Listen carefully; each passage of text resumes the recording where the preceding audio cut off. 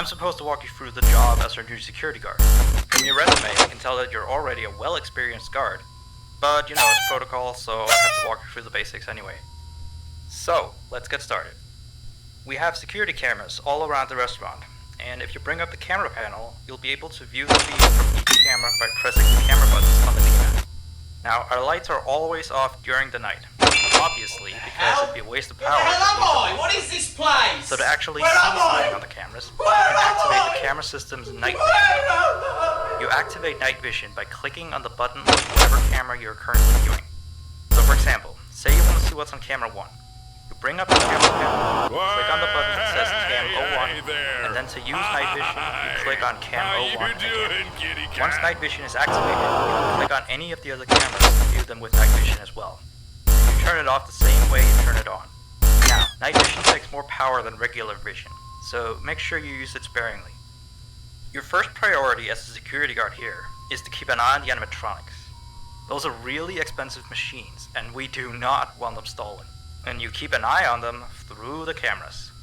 We have quite a few animatronics here at Candy's. There's of course the cats Candy and Cindy, there's Chester the chimpanzee, there's the penguins, just lots I tell ya. So, you also have 3 security doors in your office, each of which can be closed by pressing the door button by each door. These are here in case you're in some sort of danger, but personally I just use them to shut myself off from the world when I need a break. But don't let me be your role model on that one. You need to remember that closing these doors takes power, and the longer they're closed, the more power they drain. Now, I know that sounds kinda backwards, but you have to trust me on that one. I think it's something about the doors having an automatic fail-safe feature in case the power gets cut off. You know, so they open up if there's no more power. All I know for sure is that they do use more and more power the longer they're closed, so you don't want to keep them closed for too long at a time. Now, the reason I keep mentioning the power is because the restaurant uses a backup power generator at night, which only has a certain amount of juice in it. So anything from viewing the cameras to using the security doors takes power. You can see how much power you have left on the computer on the desk in front of you.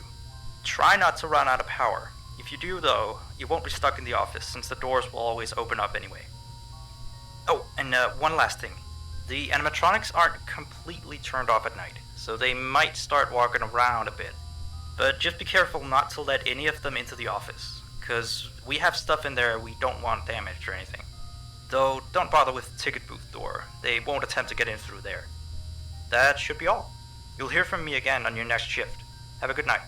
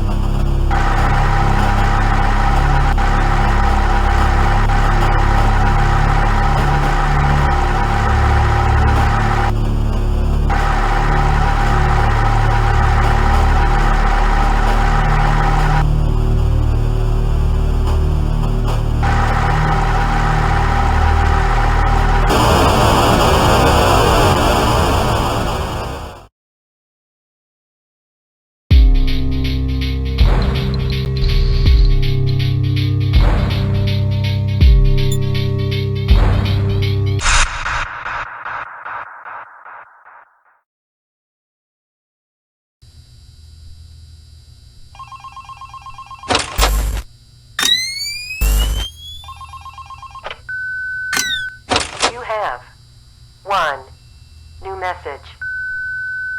Hey there. I put up a note today to gather some intel on the animatronics from the other employees.